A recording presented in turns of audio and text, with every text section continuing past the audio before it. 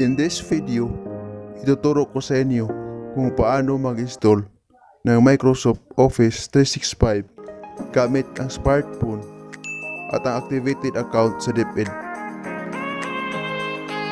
Now, open your Google Play Store, search and install Office 365.